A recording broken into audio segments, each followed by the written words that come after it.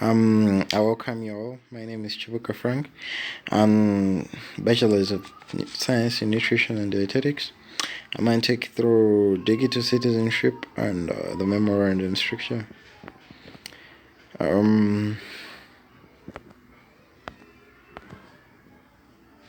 Digital citizenship refers to the ability to engage positively and affect communication skills and creation online with due respect of different views and human rights while we responsibly use technology. Therefore, a digital citizen refers to an individual who has the knowledge and skills to effectively use digital technologies to communicate with others and participate in society while they consume digital content. Therefore, it's our responsibility to positively engage with others in this global village, the world. Um, and while we respect their views, their background, and without having to abuse someone's rights, someone's background. Therefore, there is a high rate of expression of professionalism expected of us while we engage in different social platforms, be it online learning. I mean, anything done online, we are expected to engage positively and competently while we talk with others or communicate with others or share our opinions. Quickly, there are two essential approaches in digital citizenship: the proactive knowledge and the experiential knowledge. They are the two essential approaches in digital citizenship. And then, as a students, we are expected to have a clear understanding of digital citizenship using these six concepts: digital and information literacy, internet safety, privacy and security, creative credit and copyright, digital footprint, cyberbullying, relationships etiquette, and communication. Proactive knowledge. There are nine keys of digital citizenship under the proactive knowledge. Passwords. Yeah, of course, as students, we as people who engage on the different online platforms, we're expected to have passwords, and these must be secure. The online banking, emails, all those are expected to have a high level of security compared to other passwords. You cannot have a similar password for your online banking account as that of your online platform, your Instagram. I mean, yeah.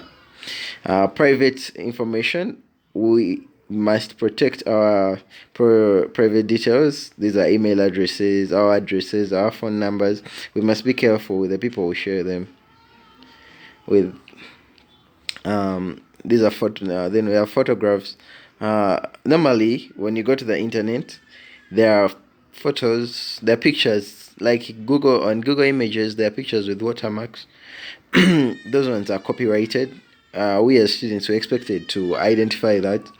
If you're able to seek for permission from the individual, you must first seek permission to use their images or content whatsoever. With due respect, we're expected to reference and give credit where due.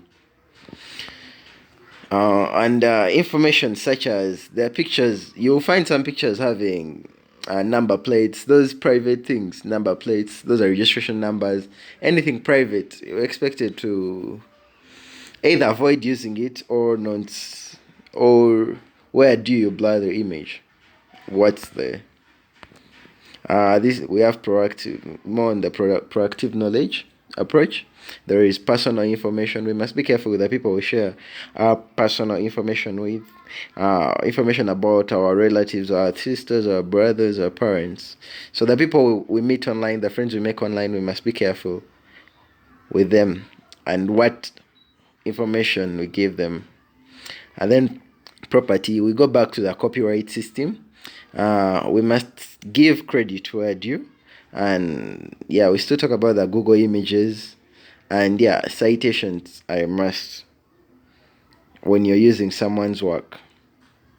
Then permission. You must learn how to cite and reference your work. Then protection. We are still having proactive knowledge. We must know and invest time on learning how to protect our software and hardware, learning what computer viruses are, malware, phishing, ransomware, identifying theft, where therefore we must learn how to install antivirus software and yeah, protect our computers from damage, both hardware and software. There is professionalism. Understanding professionalism of academics versus decisions about how students interact in their social lives is essential. Therefore, practicing netiquette while online. Netiquette is the use. Generally, it's how we are expected to behave while engaging in discussions, or how we expect to conduct ourselves while engaging in different activities online. You must use respectful language. Do not email large files. Use appropriate grammar. Be formal where necessary. Global competence is vital, and therefore this is the capacity to examine local, global, and intercultural issues. We so in this online system of communication, we talk with different people from different settings and backgrounds. So as people, as digital citizens, we're expected to understand the different intercultural disciplinaries, and know how to engage with which people, such that we can have a sustainable development and collective well-being of us and the globe. So if I'm online talking to someone from Germany, I must know what's offensive, what's not offensive, and how to address any issues, and generally live in harmony. The whole sense of digital citizenship is how can we live in harmony in this digital world, in the global village that has been created by the internet and the digital world. Therefore, this professionalism demands us of the effective communication skills, both linguistic and intercultural, so as to effect interactions with people from different backgrounds. Still on proactive knowledge, we have personal branding. Now, personal branding is very vital. This is how we want to be perceived in our online communications and how to remain relevant in the local community. One must ensure they don't have a digital tattoo. A digital tattoo is now, you don't, now, like, okay, of course, not everyone with a tattoo is a bad person, but here what they're trying to say is don't paint a bad image. Just always be accountable for everything you say, everything you share online, so that your project and you yourself, you remain relevant in this society. You don't expect to post things, certain irrelevant things, and think you're going to remain relevant in society. And then we're going to shortly go through the basic rules of netiquette. Respect people's privacy.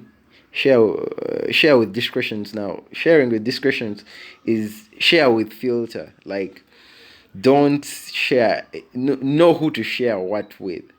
Don't just share with everyone. Like anything you get, don't randomly send it to any individual. It could be sensitive. I mean, you don't just send things to whoever you feel like. Make role people a priority. Yes, we understand we're engaging in online learning, online communications, social media, but make sure you still make real people a priority. I mean, real discussions, real engagement, real interactions. Choose your online friends wisely. Update your online information to exclude inaccuracy. Then we have truth, and now we have the experiential knowledge. This is the second approach of digital citizenship. We shall start with the truth and fiction. Students must be able to identify the scams and cons from the snobs.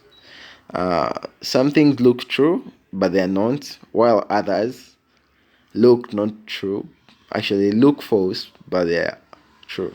So therefore, our students were supposed to be vigilant uh, of the sites we use, what we download. You could actually download something, yet you're downloading a virus. So you should be aware of scams. Some people try to engage in online businesses and then they end up landing themselves into scams and they are robbed. So you must be very vigilant. Then we have collaborative learning communities. It is good to engage in sharing and connecting online with others in a variety of environments. Students can blog together, use wiki for sharing our work with the world. That's why they warn you against Wikipedia on the random note. Wikipedia, it's normally used by students to share their work. It's not the most competent source of information. I mean, because everyone posts there something. Then global engagement results into global citizens who crave. I mean, this global engagement has resulted into global citizens who crave for a sense of belonging in the world rather than the reduced physical communication barriers. So becoming a global citizen allows one to express their values and opinions, and they explore their listening and respecting skills to others. And this helps us to make informed decisions. Therefore, as we engage more in this global network, the global community, people have craved more for a sense of belonging online, and they have settled for that more than the physical system. I mean, the local system. When I say local, I mean the physical, the normal people engagement.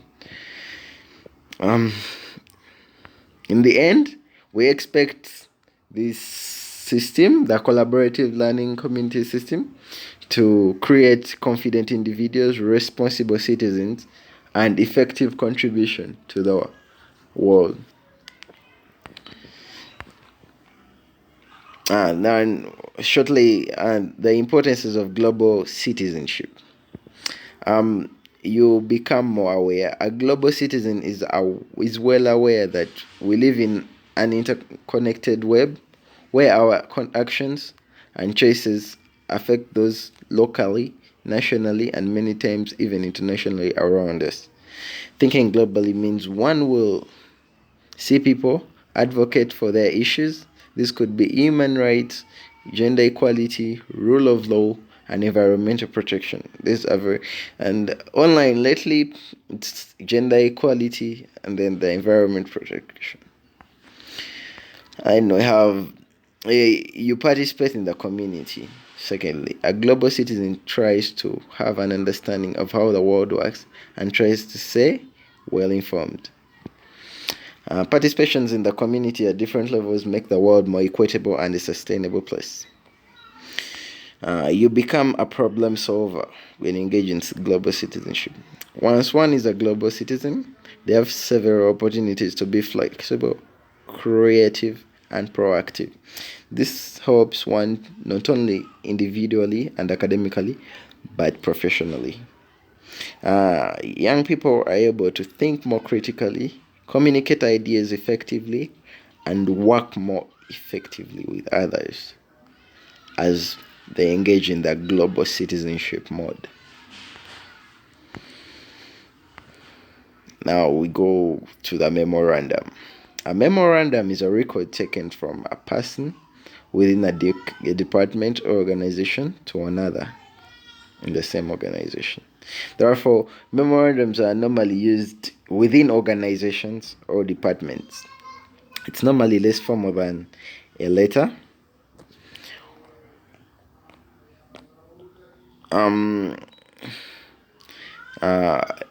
So a memorandum has quite a number of purposes, as we can see. It is used to inform, to inquire, to give suggestions, to remind, to instruct, to communicate ideas, and one can communicate goodwill using a memorandum. And we look at shortly the advantages of using a memo. Memos are quick and inexpensive since they are used to communicate within departments. Memos are convenient and good for maintenance of records. Instructional, then we look at the types of memos. We have instructional memos, periodic report memos, ideas and suggestion memos. Instructional memos. The objective of this memo is to deliver precise instructions, and it is meant to give information to understand the given instructions to the recipients. Therefore, an instructional memo is designed to give a response or give an instruction. In a department, when a manager wants to deliver an instruction they will use an instructional memo. And then we move down to the periodic report memos. Since these memos are written frequently, they are normally designed and pre-printed. And the writer has to just fill them and complete. A narrative and commentary format is very vital in such a memo. The value of this memo is best illustrated in comparison of information, monthly calls, central reports, quarterly sales reports. So this memo could be written along with a report. In case you're making a report of the sales, let's say you've made in a month, you could write this memo along with your report. Then we have ideas and suggestions memo. It's used to convey messages of containing suggestions, ideas, and how to tackle different challenges in an organization. And in this case, we're expected to start with the current situation and then tactfully present your suggestions for change. Therefore, you don't downsize the current situation while giving your suggestion. Rather, tactfully talk about the current situation and how to make it better. Because if you're communicating to your manager and you're trying to give suggestions on how to improve a certain situation, you don't downsize the current situation. Rather, give suggestions on how to improve. Give its pros and then identify how you can improve that situation. Just don't talk about the faults. Just don't justify the faults. And then we have the types of memos. Continue. We have an informal study and results memo, operational memos, and request memos. The objective, we shall start with the informal study and results memo. The objective of this informal study and results memo is to present information in an understandable and easy to read format.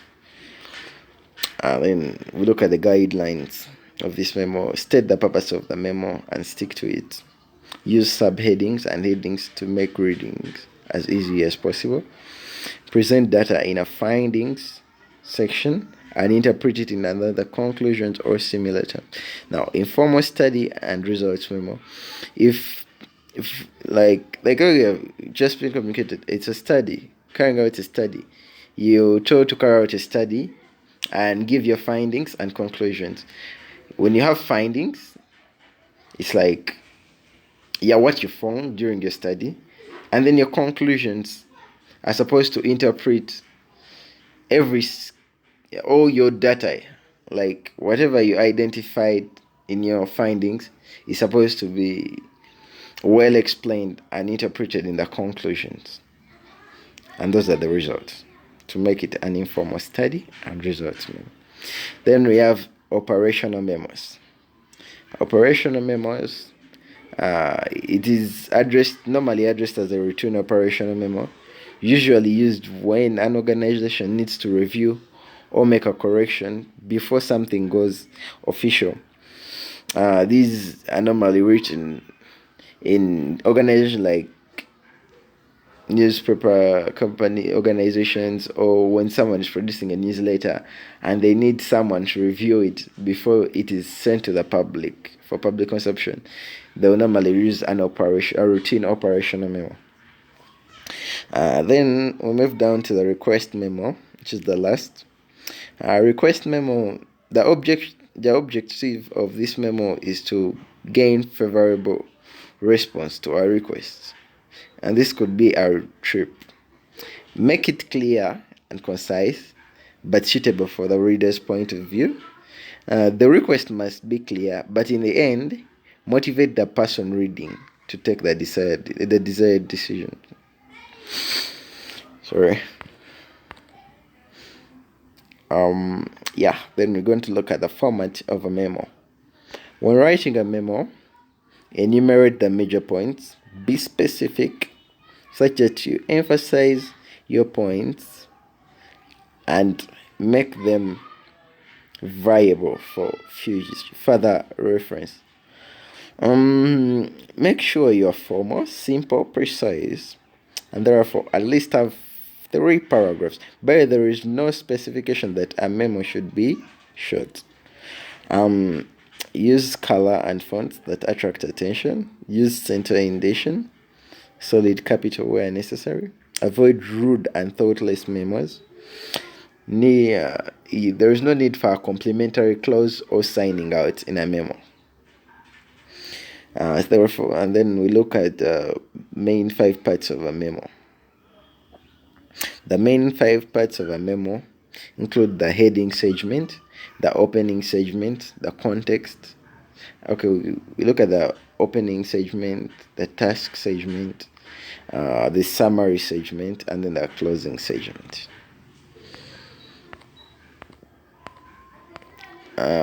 We go down to the heading segment. This segment has 4 basic parts. We have 2. This is where we're expected to put the reader's name or the recipient and their title. From you who is sending the memo, could be you.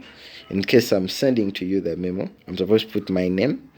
And then we have the CC, carbon copy. This is where we copy, in case it's an email, it's just a name. No, normally it's a name. It could be an email address, but it's a name. So this is to show the people who are being copied into the memo or who will receive a similar memo.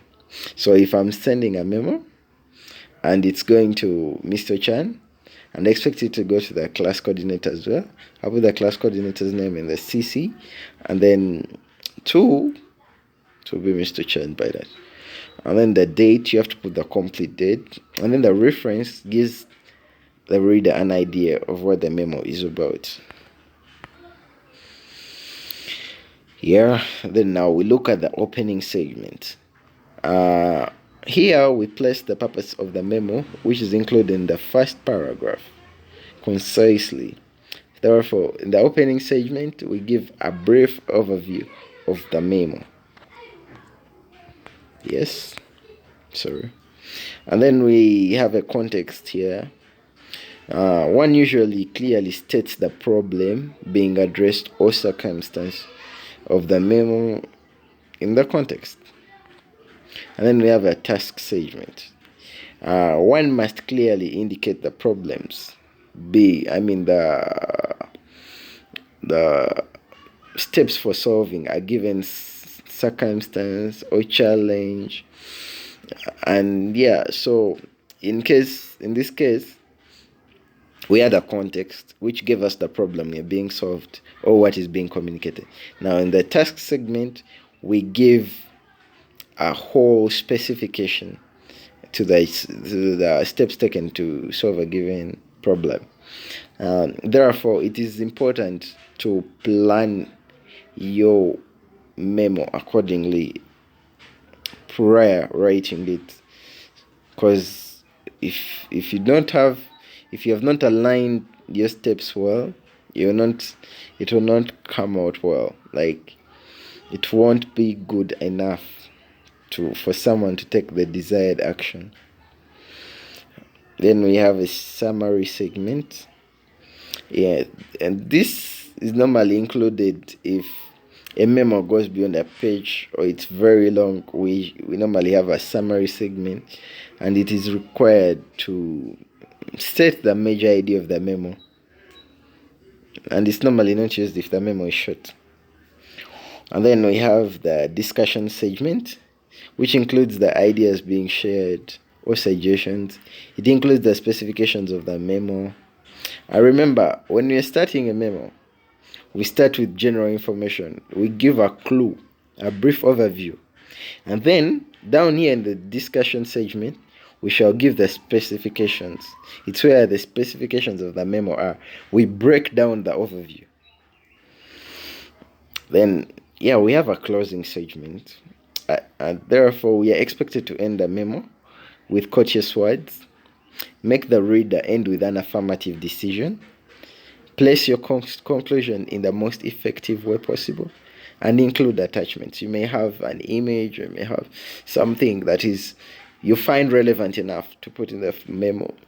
You put it at the end, please. Thank you very much. Thank you for listening.